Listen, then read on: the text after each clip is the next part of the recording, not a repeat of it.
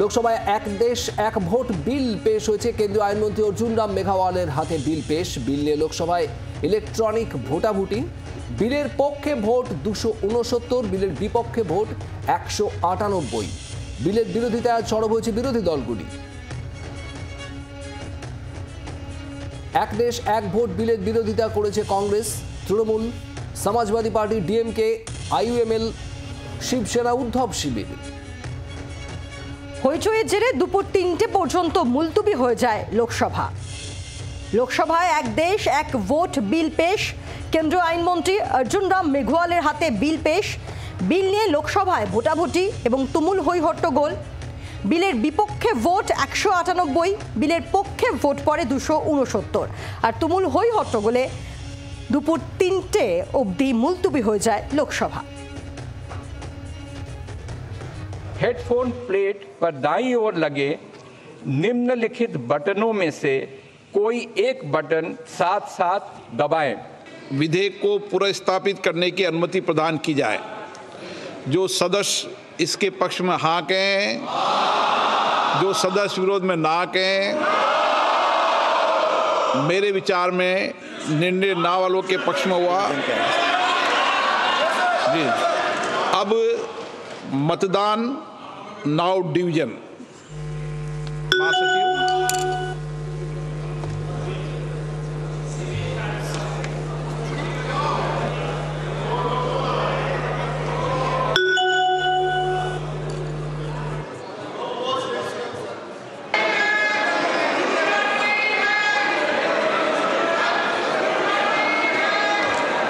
क्या मान्य सदस्य तरीका है?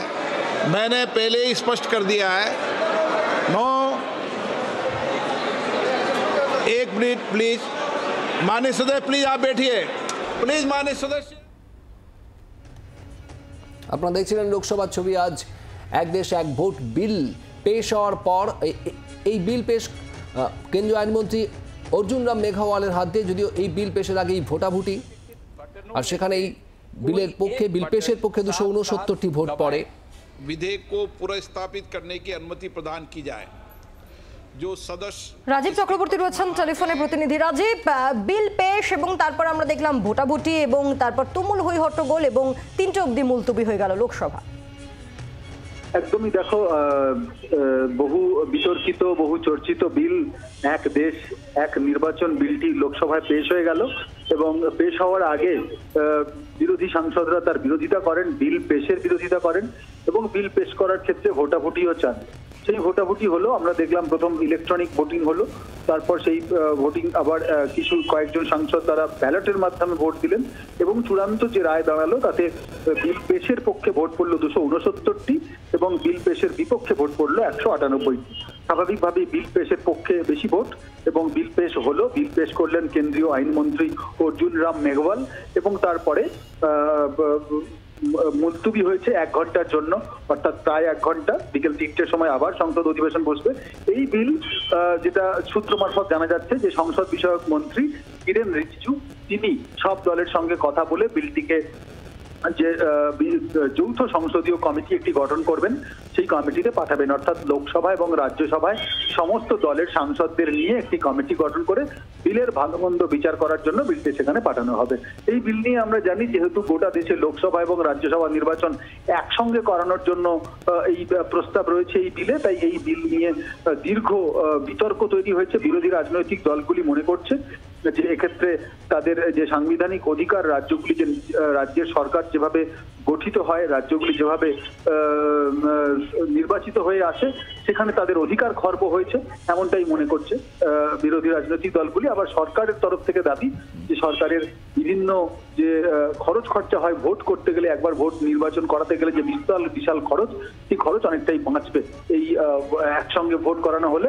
এবং লোকসভা এবং রাজ্যসভা বিধানসভার ভোট একসঙ্গে হলে শুধুমাত্র সরকারের নয়, রাজনৈতিক দলগুলির খরচ বাঁচবে এবং বারবার ভোটিং এর কারণে যে সাধারণ মানুষের যে ভোগান্তি হয়, অর্থাৎ উন্নয়ন প্রকল্প থমকে থাকে, সেই উন্নয়ন প্রকল্প একসঙ্গে করা যায়।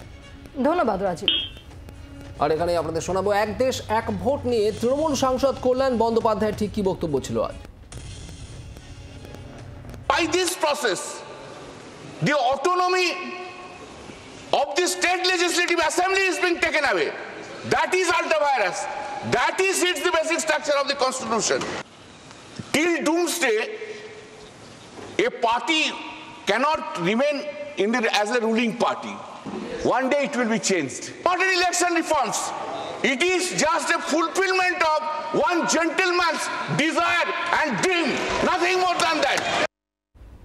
এক দেশ এক ভোট বিলটি যৌথ সংসদীয় কমিটিতে পাঠানোর প্রস্তাব দেন কেন্দ্রীয় স্বরাষ্ট্রমন্ত্রী অমিত শাহ।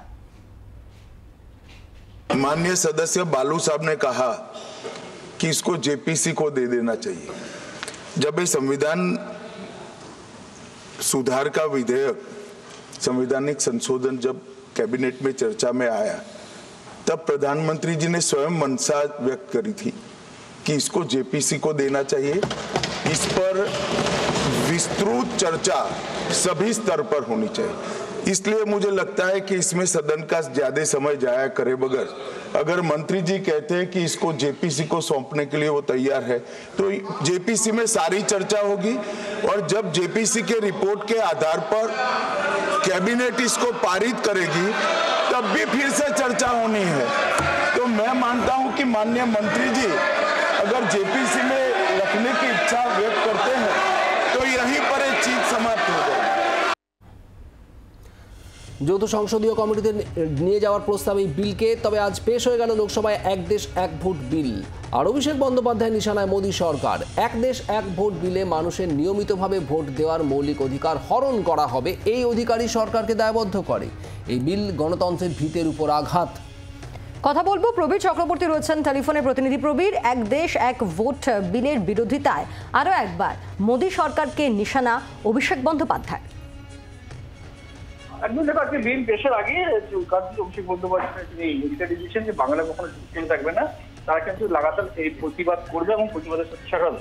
সেক্ষেত্রে দাঁড়িয়ে এক ভোট এক দেশ এক ভোট এইটা কার্যত গণতন্ত্র বিরোধী, যুক্তরাষ্ট্রীয় কাঠামোর বিরোধী তৃণমূল কংগ্রেস কিন্তু অনেক আগে থেকে সোচ্চার হচ্ছে। অভিষেক বন্দ্যোপাধ্যায়ের বক্তব্য এটা শুধু গণতন্ত্র বিরোধী নয়, মানুষের গণতান্ত্রিক অধিকার কেড়ে নেওয়া নয়, সংবিধানকে যারা তৈরি করেছেন, যাদের স্যাক্রিফাইস ছিল সেই সমস্ত কিছুকে হত্যা করা কার্যত, এবং এর বিরুদ্ধে প্রতিবাদ এবং অভিষেক বন্দ্যোপাধ্যায় গতকাল বলেছিলেন যে পশ্চিমবঙ্গে 8 দফায় ভোট করতে করে কেন্দ্রীয় সরকার বা ইলেকশন কমিশন, সেখানে দাঁড়িয়ে একদিনই ভোট করবে এক দেশ। তারপর আজ এই বিল পেশের আগে আরো একবার এই পুরো বিষয় নিয়ে সরব হন তৃণমূল সাংসদ অভিষেক বন্দ্যোপাধ্যায়। ধন্যবাদ প্রবীর। বাংলার আওয়াজ, বাঙালির আবেগ, জি 24 ঘন্টা।